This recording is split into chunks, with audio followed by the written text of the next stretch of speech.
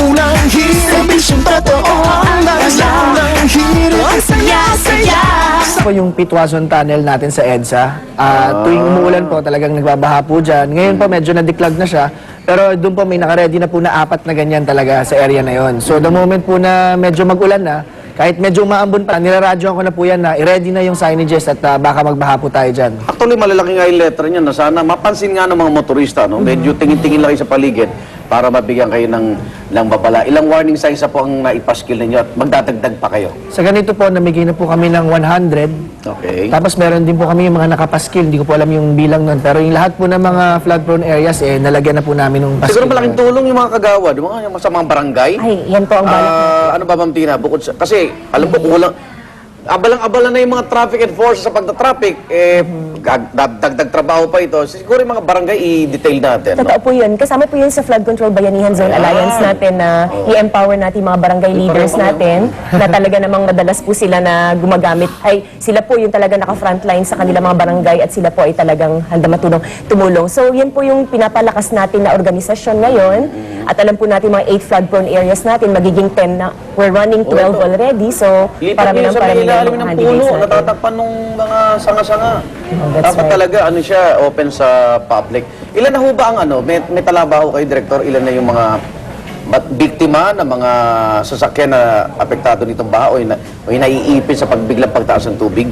Wala po akong tala on the spot. Pero ano naman po, sa ngayon po nakikita naman po natin na yung taong bayan, talagang pag nakita nilang medyo baha po, umiiwas din po sila. And yun nga po, as much as possible po, ini-inform namin sila para po umiwas na po talaga sila. Yung mga kababayan natin, makikita nila, uy, bumaba pala dito tayo mag-abang. May kariton service minsan eh. O kaya yung maglalagay sila ng bangko, di ba, natawiran ng mga Tawiran tao. ng mga tao, Okay, i-escort nila. meron bang, ito ang problema natin, ba? Okay ito maganda-ganda materyales.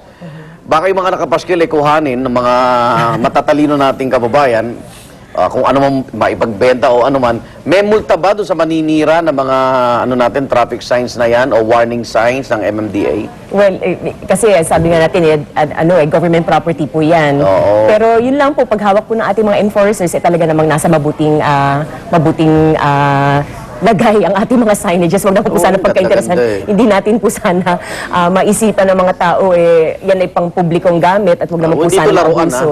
Hindi po yan laruan. Pero Igan, hindi rin lang flooded area ahead ang ating mga signage. Sige. Meron pa tayong road repairs ahead. Okay. DPWH works ongoing. Accident ahead. O nga pala, at pag saka may stalled mga vehicles. aksidenteng behikulo, kunyari, palagay mo na ilalim ng Cubao, sana dito pa lang sa may pababao, Quezon Avenue, di ba sa Amerika kasi may mga araw na may Yes, mga digital sila Okay. LED, Sa atin, that's siyempre, right. tipid tayo, Advisories. tipid. Dun So, muna pwede ho tayo. bang Director Ibs na may banggaan, kasi iba, baka hindi man nakikinig ng AM station, That's right, o may absolutely. banggaan sa ilalim ko, ba humanap na ng ibang alternate, Depende po dun Ganito sa... rin, kunyari, nakalagay din, may banggaan, dito po kayo, dito po kayo. Meron po kami ganun. Okay, So, pero depende po yung paggamit nandun sa sitwasyon. Kasi kung yung banggaan kaya po nating maklear within 10 minutes, hindi na po natin kailangan magpa-divert. Pero kung yung banggaan po, let's say multiple collision po, dun po nilalabas na rin yung traffic accident ahead. Kasi sa EDSA, ang daming emergency no? Na, eBay po, Yes, eBay. that's Diba? Pwedeng doon muna hatakin para hindi makabal dahil alam niyo naman sa 5 segundong pagtigil ng isang sasakyan, Ang tindi na. 2 kilometro na yata Malaki. ang katumbas na, no? Okay, mensahe po sa ating mga motorista.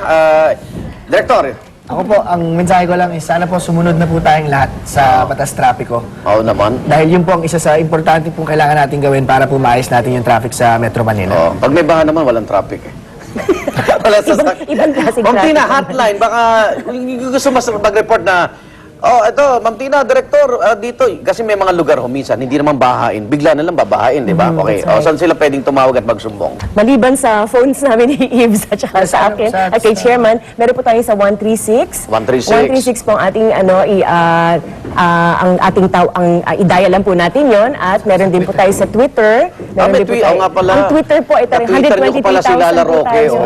Mabilis po pag Nakalagay doon, Split baha second. rito ba? Kasi Oo. pwede nyo po malagay lahat. So, kung ikaw yung taong bayan kababayan, 10 seconds ka magta-type ka lang. Anong Twitter account? MMDA po, twitter.com/MMDA. Search lang po nila, lalabas po agad. Split second, sasagot na Tapos ang kayo. ginagawa po namin, nire-retweet po namin para talagang yung taong bayan din, ma-inform din agad sila po na kasi yung isang area po wala po kaming enforcer talaga doon. So i-ano lang po namin, i-retweet na lang po namin para ma-out namin sa taong bayan. Gawa rin kayo, may nangongotong. Okay, Attorney, Director, maraming salamat po. Ma'am Tina, balik kayo. Attorney Ibs Gonzalez po, Director ng Traffic Discipline Office ng MMDA. Good luck. At si MMDA spokesperson, Miss Tina Velasco. Yan po ating talakayan. Mag-ingat po sa inyong pagbiyahe sa mga kalsada. Magbabalik po ang unang hirit.